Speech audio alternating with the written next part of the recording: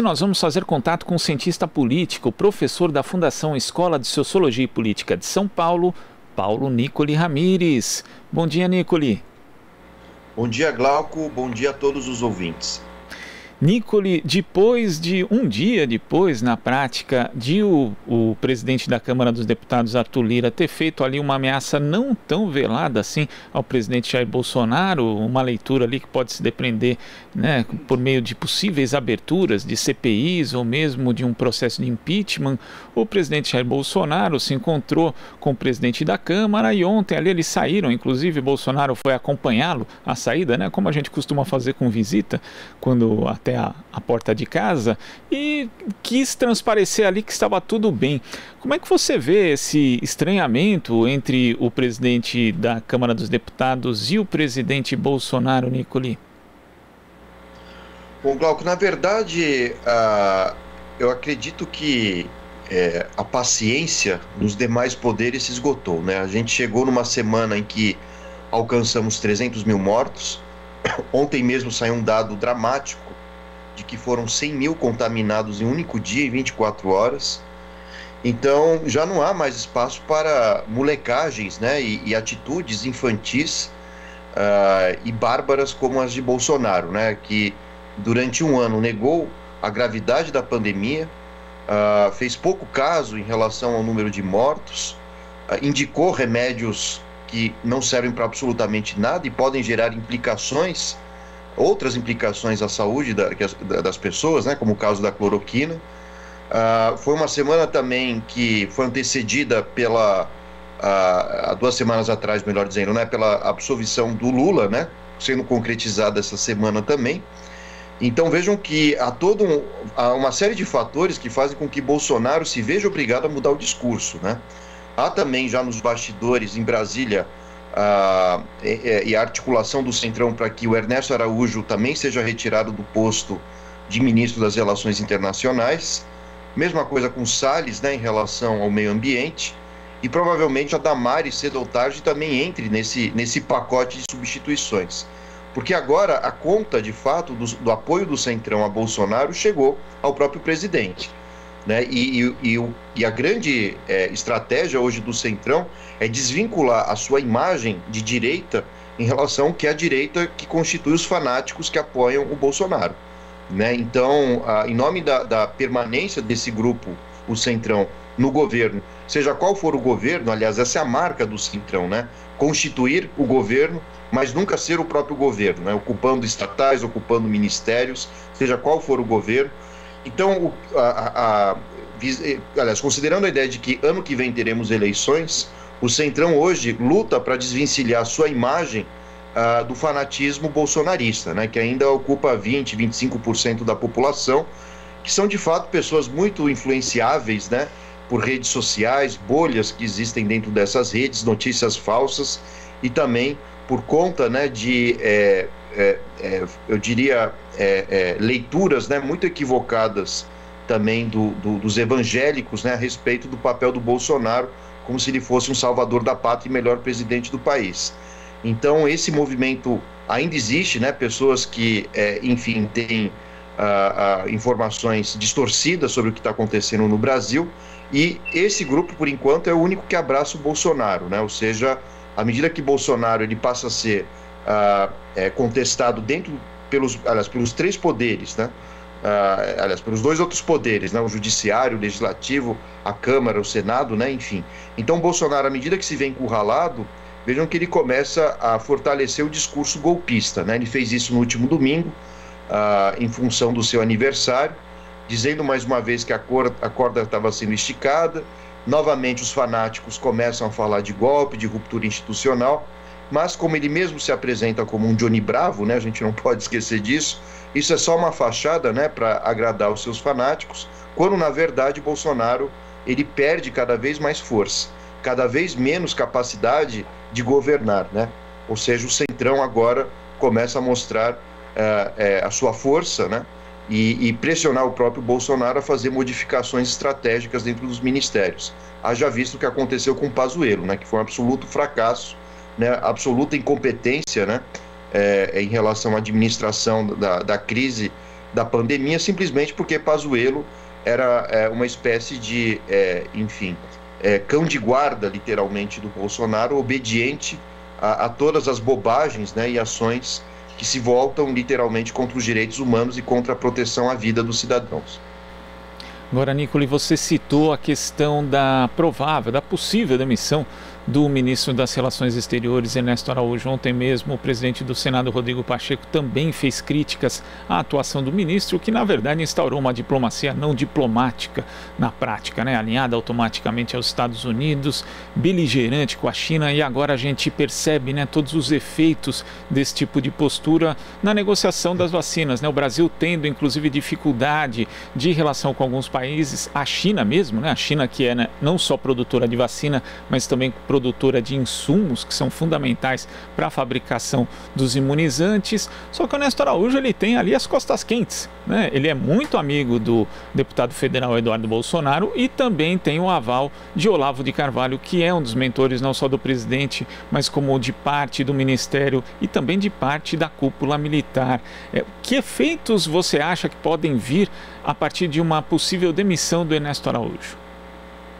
Bom, primeiro que todos esses personagens são verdadeiras caricaturas, né, de uma direita pouco esclarecida, né? Olavo de Carvalho, o Ernesto Araújo, enfim, são pessoas deploráveis, enfim, que brincam com o país em nome de interesses pessoais, né? Não é possível acreditar que pessoas tão bem formadas, pelo menos o Ernesto Araújo e Olavo de Carvalho, enfim, há uma série de problemas em relação à sua formação, né?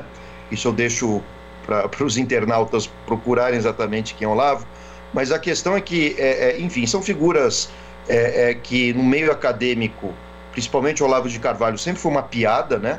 Uma figura esdrúxula, uma figura de direita, a direita emburrecida desse país, né? A direita com a qual não vale a pena discutir, né? Então, o que acontece? O Ernesto Araújo criou uma caricatura de Brasil, tentando vender a imagem de um país submisso aos Estados Unidos, quando o próprio Estados Unidos desdenhou de alguma forma o Brasil também, haja vista a entrega, né, que o Trump fez de cloroquina como um despejo, né, de remédios inúteis, e o Brasil aceita isso de portas abertas, muito mediado pelo Ministério das Relações Exteriores. O Ernesto Araújo prejudicou, sim, as relações diplomáticas do Brasil com a China, junto com os filhos do Bolsonaro, ao anunciar a gripe como uma gripe chinesa, a vacina também, enfim, menosprezando inclusive a vacina chinesa.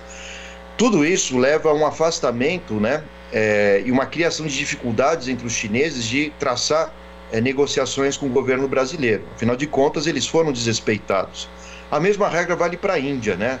Pouca coisa foi discutida a respeito, né? Mas a Índia, como o maior país produtor de insumos, né, para remédios, entre outros elementos que envolvem as ciências medicinais, a Índia sempre tinha como parceiro, até os governos passados, o Brasil, para ruptura de patentes, barateamento de remédios, e deu na cabeça do Bolsonaro e do Ernesto Araújo romper com esse tipo de aliança, o que hoje traz um reflexo muito grave, né? A Índia anunciou essa semana que iria atrasar, né, a exportação de insumos para o Brasil. Então esse é o resultado da nossa política externa, né? Uma política patética, né, que não leva absolutamente a lugar nenhum, de submissão absoluta aos Estados Unidos, como um cão de guarda, né, obediente, e isso traz a lerdeza, né, no processo de vacinação, fortalecendo todo esse processo que tem sido muito debatido como um genocídio, como um crime contra a humanidade, né? A incompetência de um governo e o seu desdém em relação ao número de mortos e políticas capazes de centralizar decisões que tornariam possível também a redução de mortes, tudo isso envolve um governo, que é o Bolsonaro, e a sua incapacidade de resolver os problemas da pandemia, né? Então, a tendência é que a gente tenha uma piora desse quadro nas próximas semanas, né? Muitos governadores não querem formalizar as restrições, né? E muitas prefeituras também têm resistido, prefeituras essas de cegos apoiadores do Bolsonaro. Então, o resultado dessa história toda, que começa com o Ministério das Relações Exteriores, culmina em problemas internos dentro do Brasil, né? Então, a mortandade tende a aumentar e é necessário haver pressões sobre o governo Bolsonaro, né? A vida das pessoas não é uma brincadeira, né? E quando a gente fala de vida, não importa se você é de esquerda ou de direita, a vida é um valor sagrado e que precisa ser preservado. E mesmo entre aqueles que são comerciantes e que se julgam na necessidade de manter os seus negócios abertos, a crítica que esses comerciantes estão fazendo é equivocada, porque não se deve lutar por portas abertas, mas pela vida, desde que o governo forneça subsídios, né? O que tem sido feito no resto do mundo, nos Estados Unidos. A Europa fez isso, ou seja, o governo precisa aumentar sim a sua dívida pública ou simplesmente incorporar os recursos, né, das reservas internacionais brasileiras, que somam mais de 350 bilhões de dólares, isso dá quase 2 trilhões de reais. Então vejam que há recursos, há alternativas, ainda que seja o endividamento, exatamente para salvar vidas, né? Não importando se você é de esquerda ou de direita, o que importa de fato é que a economia só será restabelecida no instante em que a população esteja imunizada. Enquanto isso não ocorrer, teremos outras ondas, outras graves paralisações, e óbvio que a falta de relações internacionais bem elaboradas acaba agravando a situação. Afinal de contas, o Brasil não é autossuficiente na produção de vacinas e depende dos maiores produtores, que são China e Índia. Agora, Nicola, a gente percebe, né, que depois do discurso do ex-presidente Lula, a estratégia do governo de Jair Bolsonaro, ela teve ali uma modificação. Todos os ministros falam o tempo todo de vacinação, vacinação, vacinação, que é até uma forma, inclusive, de reduzir a questão do isolamento social, como se não fosse necessário nesse momento de pandemia, esse momento crítico da pandemia. Ontem mesmo, o ministro Paulo Guedes estava defendendo, ao lado de 2 empresários, que segundo ele, de coração macio, né, a vacinação privada, praticamente isso, né? Como é que você vê esse movimento do governo de Jair Bolsonaro em prol da vacinação? Você acha que é possível ele conseguir lucro político depois de tudo o que aconteceu na pandemia, caso a vacinação em massa seja executada como a gente espera, que inclusive ela seja executada no Brasil nos próximos meses? Bom, a gente tem que pensar que faz um ano, né, exatamente um ano que nós paramos, né, que as escolas deixaram de funcionar normalmente, os protocolos começaram a ser elaborados e o que se esperava é que, passado um ano, nós estivéssemos numa situação melhor do que agora, o que não é verdade. Piorou muito, e piorou em função da incompetência do governo Bolsonaro. Então, diante disso, há uma catástrofe em voga, né, com a morte de milhares de brasileiros, mas a catástrofe também vai culminar, provavelmente, no desgaste da própria imagem do Bolsonaro. E diante disso, o que o Bolsonaro tem a fazer é, de fato, promover uma vacinação em massa. Não há outra alternativa para que a economia se recupere. No entanto, essa atitude foi tomada tarde demais, né? Ou seja, depois de um ano, depois de 300 mil mortos, depois de que o Brasil se endividou muito mais, enfim, em função das paralisações econômicas e tudo mais, inclusive com Corona Voucher. Então, o cálculo teria sido muito mais simples gastar logo de cara recursos em vacinas, né? O custo giraria em torno do que? 50, 60 bilhões, pelo que eu andei lendo, enquanto que a gente já gastou aproximadamente 700 bilhões em relação a esse zigue-zague, né, de abre, não abre, fecha, não fecha, abre escola. Então vejam o caso dos Estados Unidos, da Inglaterra, são países que se articularam, financiaram os laboratórios, ainda que a vacina não tivesse sido ainda criada, mas bancaram, e são os países mais avançados hoje.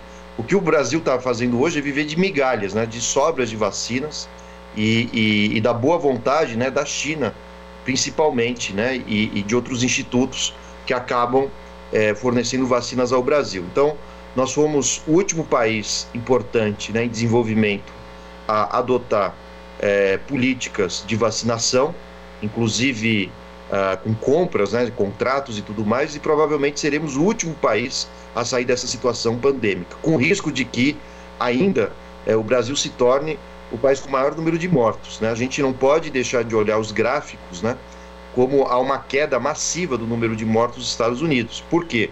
Porque é um país que promoveu a maior quantidade de vacinação, né? O Biden, com 40 dias antes do prazo final que ele se deu de vacinar 100 milhões de pessoas, ele conseguiu, enfim, cumpriu a meta de fato, E no Brasil ainda a gente ainda está na perspectiva de que as vacinas cheguem, sejam fabricadas, o que poderá nos levar, e tenho quase essa certeza, ao recorde número de mortos. O que vai, e os números falam por si mesmos, né? Por si mesmos, e revelando, no final das contas, que por conta da incompetência do governo, houve sim um processo de genocídio. E esse genocídio, ele não ocorre apenas em função da transmissão do vírus, mas na incompetência do governo em comprar insumos, medicamentos, e a consequência nós vamos ver a partir da próxima semana, ou já, né, nesse final de semana. Pessoas morrendo dentro dos hospitais, na porta dos hospitais e provavelmente nas suas residências. E as famílias não têm onde deixar os corpos. Isso não é uma hipótese, né? Isso já está em voga, está para acontecer. E a gente precisa abrir os olhos para isso, né? Várias vezes eu participei aqui do programa, né? Anunciando como a situação estava piorando, né? Eu tenho contato, sim, com profissionais de saúde, e a situação é muito pior do que aquela que a imprensa, a grande imprensa revela, né? Vocês acabaram de mostrar uma reportagem com profissionais de saúde ilustrando qual é a real situação. E tenderá a piorar, né? E a gente está com um processo também de deserção dos profissionais de saúde. Não há condições psicológicas, condições salubres, né, de que esses profissionais se mantenham na linha de frente. E o governo praticamente imóvel a toda essa situação. Então, cedo ou tarde, dentro ou fora do Brasil, haverá responsabilizações jurídicas, né? O Tribunal de Haia, o Tribunal Penal Internacional, já julga 2 casos a Bolsonaro, ou já está analisando, melhor dizendo, né? O primeiro por genocídio contra os indígenas, envolvendo inclusive o pouco caso em relação aos cuidados frente à pandemia. E também o genocídio provocado pelas ações do governo em relação à pandemia com o resto da população. Então, cedo ou tarde, a imagem de Bolsonaro será lembrada e registrada como a de Hitler, né? A gente não pode esquecer disso, porque Hitler, por pior que fosse, e de fato a barbárie escancarada, no mínimo, ele escondia o genocídio que cometia, né? Até as vésperas do fim da Segunda Guerra Mundial, a maioria da população alemã não sabia que existia campos de concentração e um extermínio em massa. A diferença do Brasil é que nós sabemos que isso está acontecendo, por incompetência do governo, por um governo que pouco tem afeto, né, pela sua própria população, e usa o genocídio como uma estratégia política para desestabilizar o governo e para produzir caos, com a intenção de, em algum momento, né, fortalecer, centralizar poder político, seja com estado de exceção ou mesmo um golpe. Agora, Nicole, a gente sabe que para ter chegado até aqui existe uma grande participação da judicialização da política, da politização também do judiciário, desse avanço do lavajatismo. E agora o lavajatismo teve 2 derrotas muito sérias, né, com a anulação das condenações do ex-presidente Lula pela questão da competência determinada pelo ministro Edson Fachin e também aí a suspeição decretada do juiz Sérgio Moro. Agora, no dia 14 de abril, o ministro Luiz Fux marcou justamente o julgamento dos recursos referentes à anulação das condenações pelo ministro Edson Fachin. Apesar da gente ainda ter aí um desenrolar de uma novela jurídico-política, parece que essa politização do judiciário, ela perdeu força, não, Nicole? Perdeu e não perdeu ao mesmo tempo, né? A questão toda é que, de fato, as eleições de 2022 serão decididas pelo judiciário, né? E já estão, de alguma forma, né? Lula foi colocado de volta ao cenário político, isso desestabilizou toda a direita, né? E trouxe, ao mesmo tempo, uma lembrança à população do que foi, ou do que foram os governos do PT, né? Porque a questão é a seguinte, né? Por mais que houve todo um complô midiático, né, para desmerecer a imagem do PT, ainda assim foi um governo infinitamente melhor do que nós vimos desde a ascensão do Temer e ainda mais com Bolsonaro. Mas a questão toda é que a perda, né, de poder, digamos assim, político do judiciário se deu muito mais, enfim, no Paraná, na Justiça do Paraná. De fato, perdeu-se totalmente a credibilidade, né?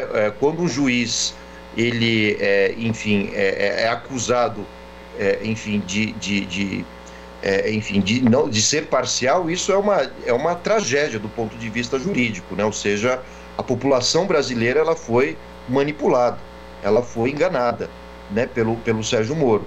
Mas a gente não pode esquecer que, para chegar ao Lula, a Lava Jato também investigou casos que foram, de fato, reais, né, em termos de corrupção, com provas claras, né, mas, de fato, isso não atingiu verdadeiramente o presidente Lula.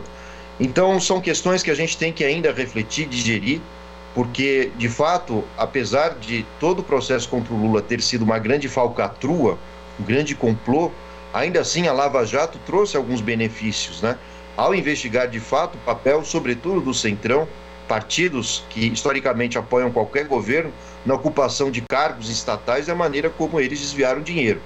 Então, a estratégia do Moro foi essa, misturar o joio com o trigo, e, ao mesmo tempo, confundir a cabeça da população, como se, de fato, o PT, em especial Lula, tivesse sido o grande articulador de todos os casos de corrupção que ocorreram nos últimos anos, o que não é verdade.